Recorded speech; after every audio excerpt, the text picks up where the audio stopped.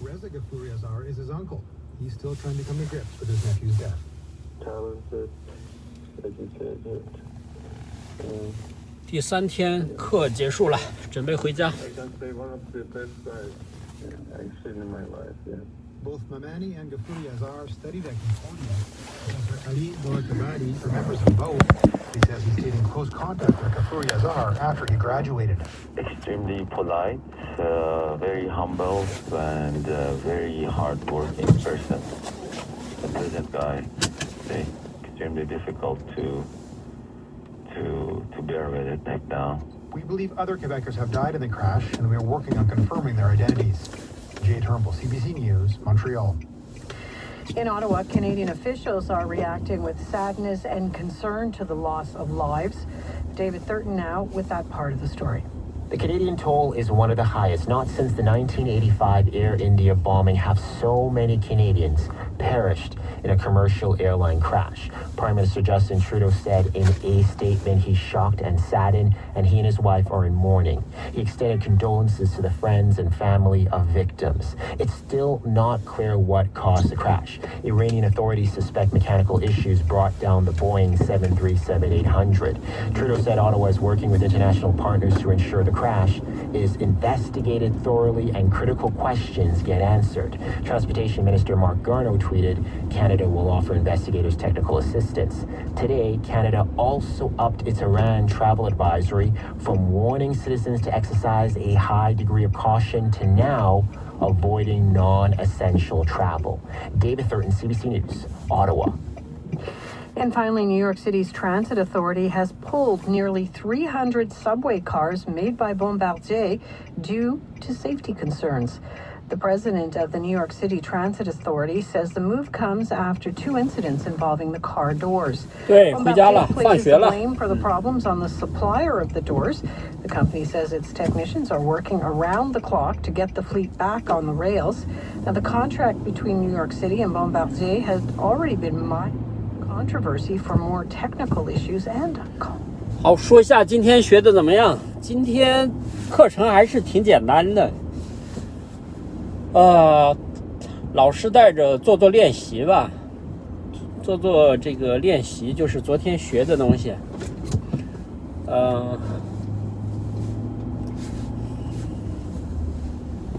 坏了，应该并到那条路上。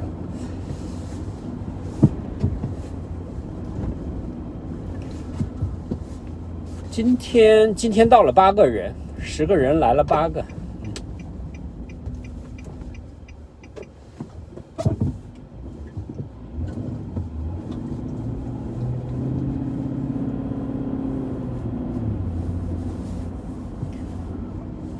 没怎么学新东西啊，要学新东西也就是学了几句话吧，就是什么你是结婚了还是单身还是离婚还是同居啊，就这几种状态。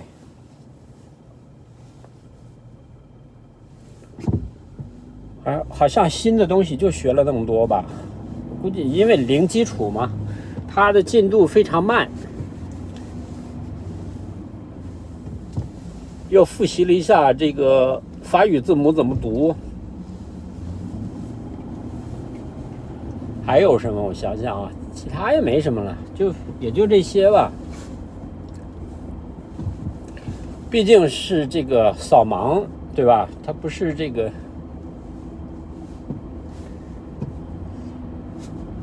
不是应对考试的，所以说就进度比较慢。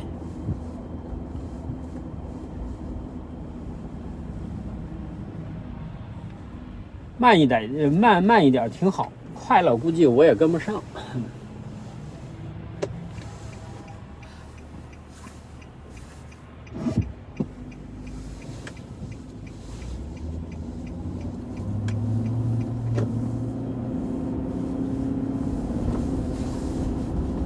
这个课好像一周就上4天，周5不上。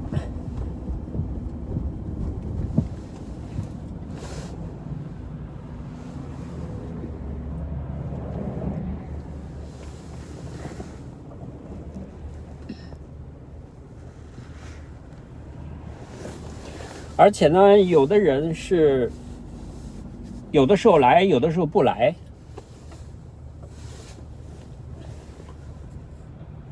像我还是比较老实的学生，就是每天按点来，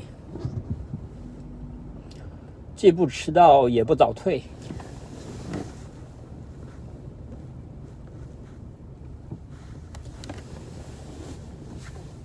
学学看吧，至少这个感觉现在还没打算退缩啊，就是看看能不能跟得上。能跟上呢，就一直学呗，跟不上再说。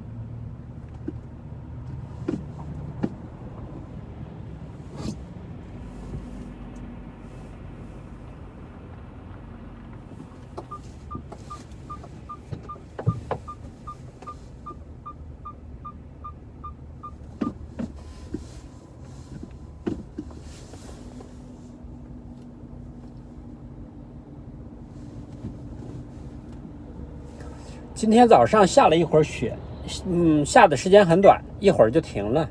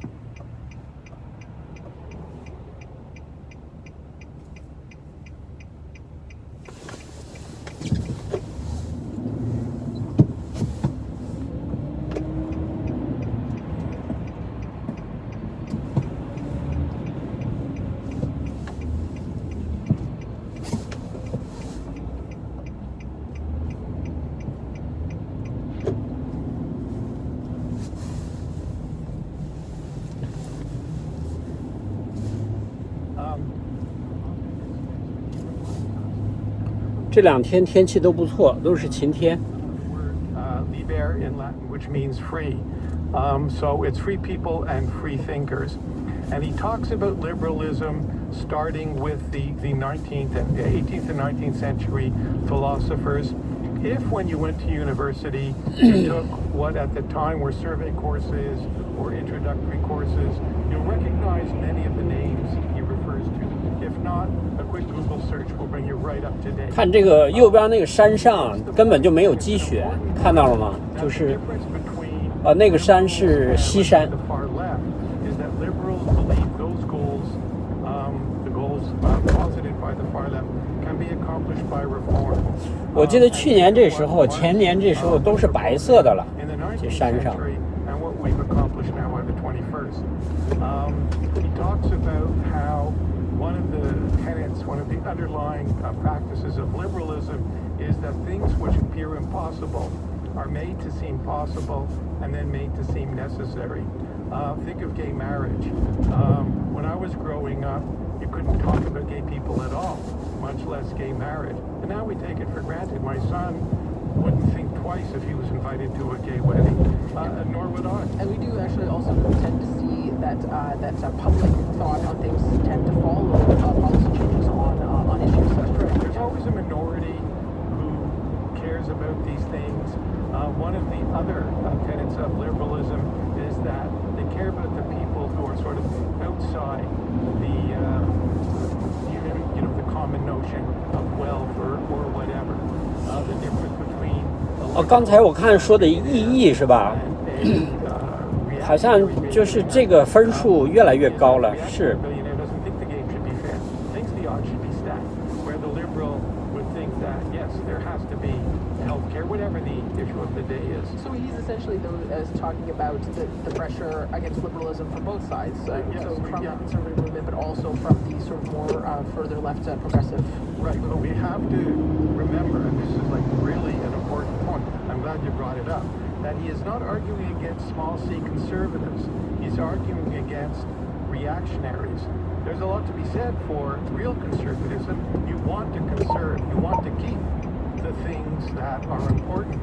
One of I'm getting off topic, but one point of reading a book is to sort of form your own opinion about things. One of the things that surprises me about the climate change movement is that it's not conservatives who are leading it. If you're going to conserve something, I would think this planet would be pretty high up on the list.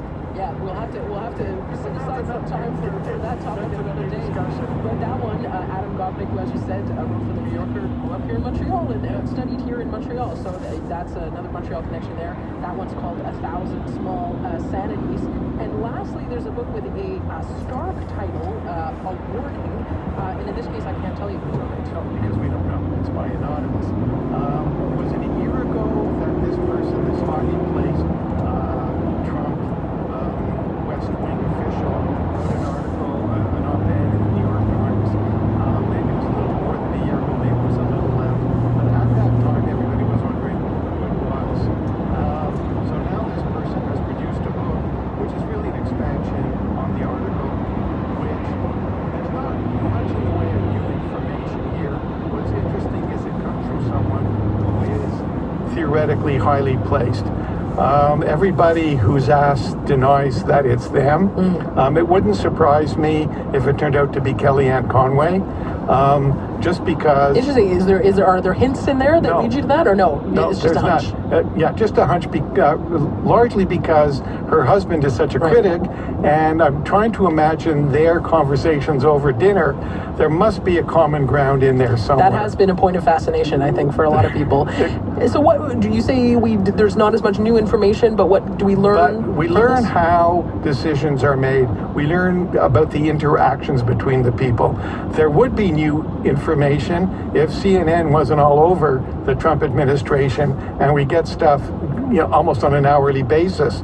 The book, I gather, was rushed into print because there are some kind of foolish mistakes that an editor should have caught. At one point, Trudeau was referred to as the President of Canada, where at another point he's referred to correctly as the Prime Minister. At one point, the author writes that World War I brought an end to fascism, which isn't true. It was World War II. You drop that symbol and you really change the meaning of the sentence. But other than that, it's more a fun read than an important read. For an important read. You want to read Adam Gopnik and Jill Lepore. And it must be a strange sensation, though, reading a book that you don't know who wrote it, in a certain sense. Well, this isn't the first time it's happened. I don't know if you remember Primary Colors from the Clinton administration. No one knew who wrote it. Finally, Joe Klein at, I think, Newsweek was outed, but it took a while. The author of A Warning has never been outed. So I think they will be in time. It'll be fun to find out who it was. But for now, a bit up in the air. So that is A Warning by Anonymous. So we're going to be giving away these books. So you have to answer skill testing questions. Absolutely. The university at which Jill Lepore teaches. So the university at which Jill Lepore teaches, you can call us. So call us at 514-597-4500. That's 514-597-4500 for a chance to win these 3 books. So Jill Lepore, these Truths, a History of the United States, 1,000 Small Sanities by Adam Gopnik, and A Warning by someone. Not sure who. And Richard King, you'll be back in the next half hour. Will be. That is Richard King from Paragraph Books, and he'll have more book selections for us in the next half hour. We're going to be looking at thrillers that you can add to your reading list coming up. Right now, it is the 3:48. We're going to check in on traffic with Akil. So if we look at the metropolitan, that's probably the area of the main heavy traffic at the moment, along with the Decarie Expressway. Heavy congestion on the 40 West from basically Rockland Road to the Decarie interchange, and also on the Decarie Expressway North from Côte St. Catherine Road up to the 40. But there's also some high volume on the 40 East from just east of Cavendish Boulevard to the Decarie interchange, and on the 13 North from just north of the Côte de Liesse all the way up to the 40. And then more moderate traffic from there up to about Aniboda South Boulevard. Light to moderate traffic on the 20 West from the Turcotte interchange to Angrignon Boulevard. And we're now starting to see heavy traffic building up on the 138 in LaSalle on your way to the Mercier Bridge. Fortunately, the traffic on the bridge itself is relatively light, and the Champlain, Victoria, and Jacques-Cartier bridges are still clear. Thanks, Akil. And one bit of good news is that right now it seems to be mostly cloudy. So any of that snow that we had a little bit earlier, that seems to have tapered off. We're at -1 right now in Montreal, but dropping off quite a bit tonight to -15. New music now from Marcus King. His new album is called El Dorado. It comes out next week. This is the first single, Marcus King with One Day She's Here.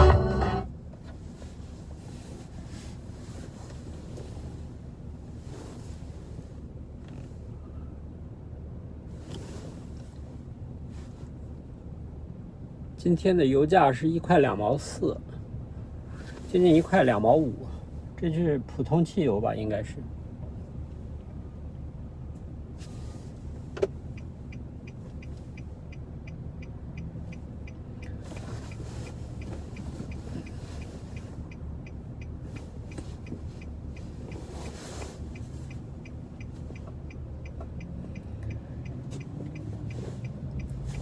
据说魁北克省是周2加油便宜，但是我没注意。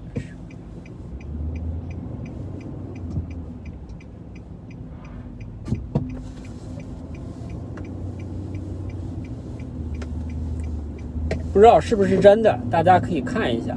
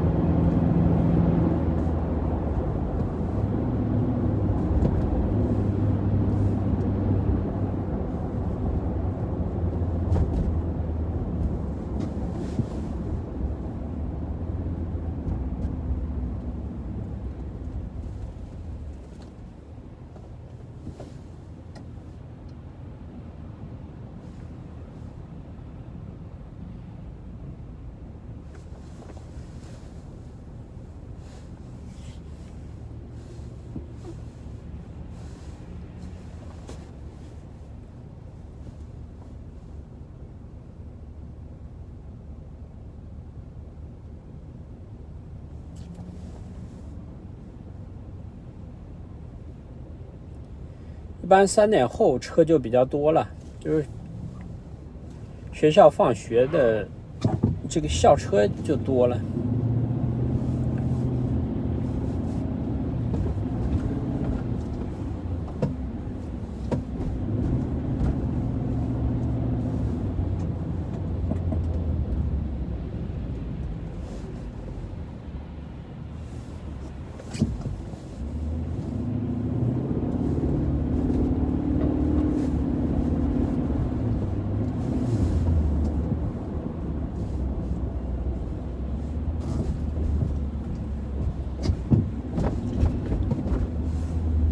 前边山上那俩公寓很漂亮啊，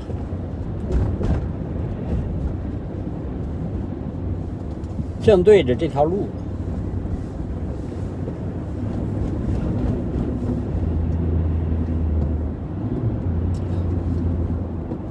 房子也非常老，一个是22年，一个是23年建的。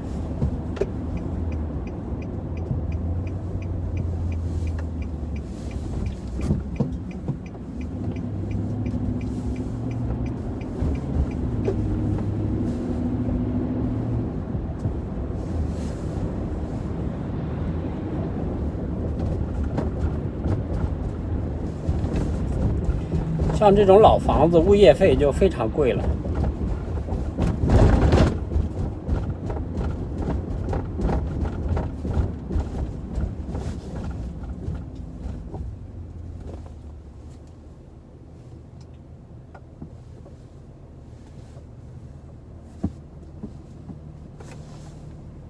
At the bases in Iraq, we had oil spiked up and stocks plunged. And then as the day has progressed, that's completely reversed itself. Now we've got U.S. markets. The S&P has reached a new all-time high today, and oil is down sharply as we speak.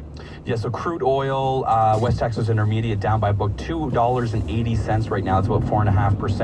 And Ziziski says that's one of the biggest reversals he's seen, in the past couple decades. So we'll keep following that. We're also hearing hundreds of job losses at Loblaws are happening as a result of automation.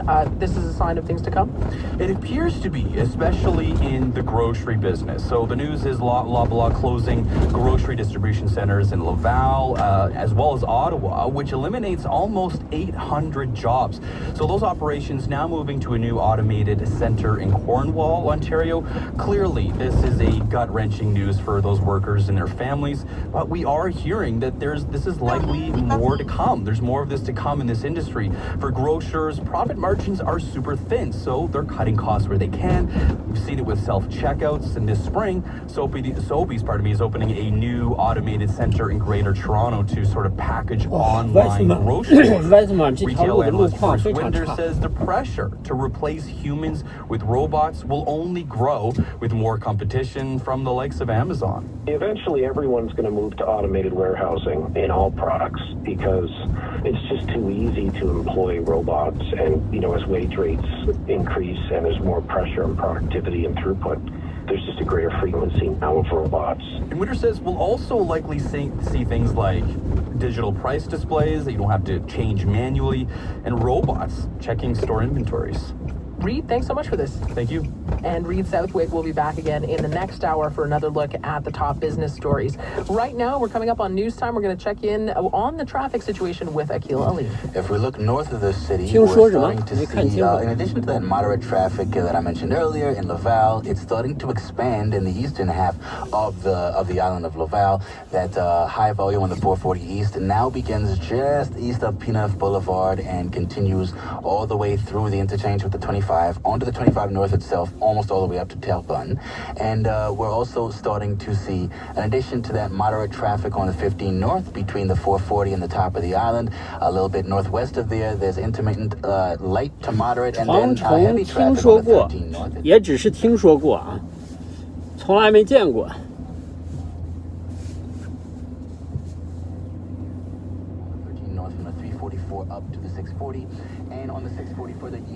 应该不常见吧，这东西。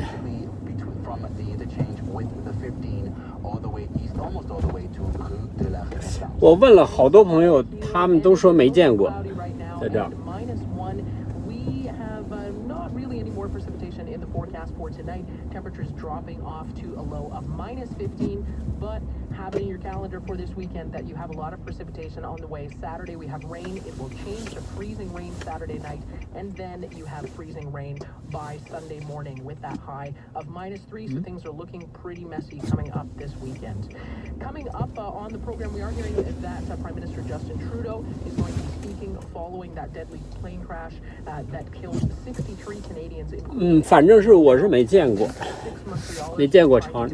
从来我周围的朋友应该基本上都没见过。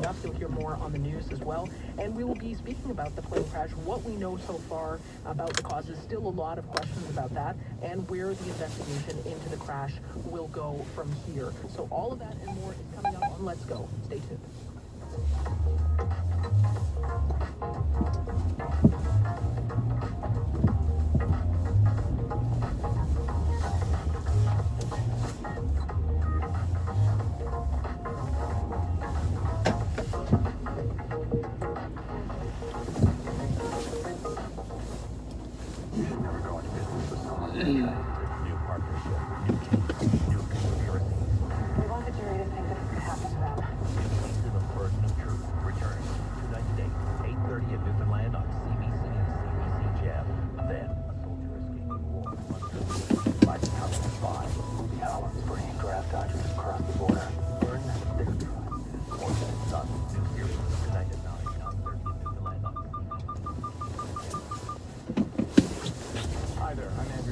Tonight on the national special coverage of a Canadian tragedy. At least 20 Canadians killed in a plane crash in Iran.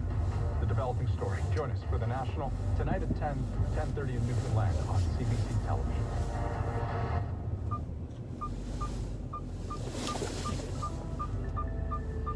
From CBC News, the world this hour. The flag atop the 好了，到家了，结束。再见。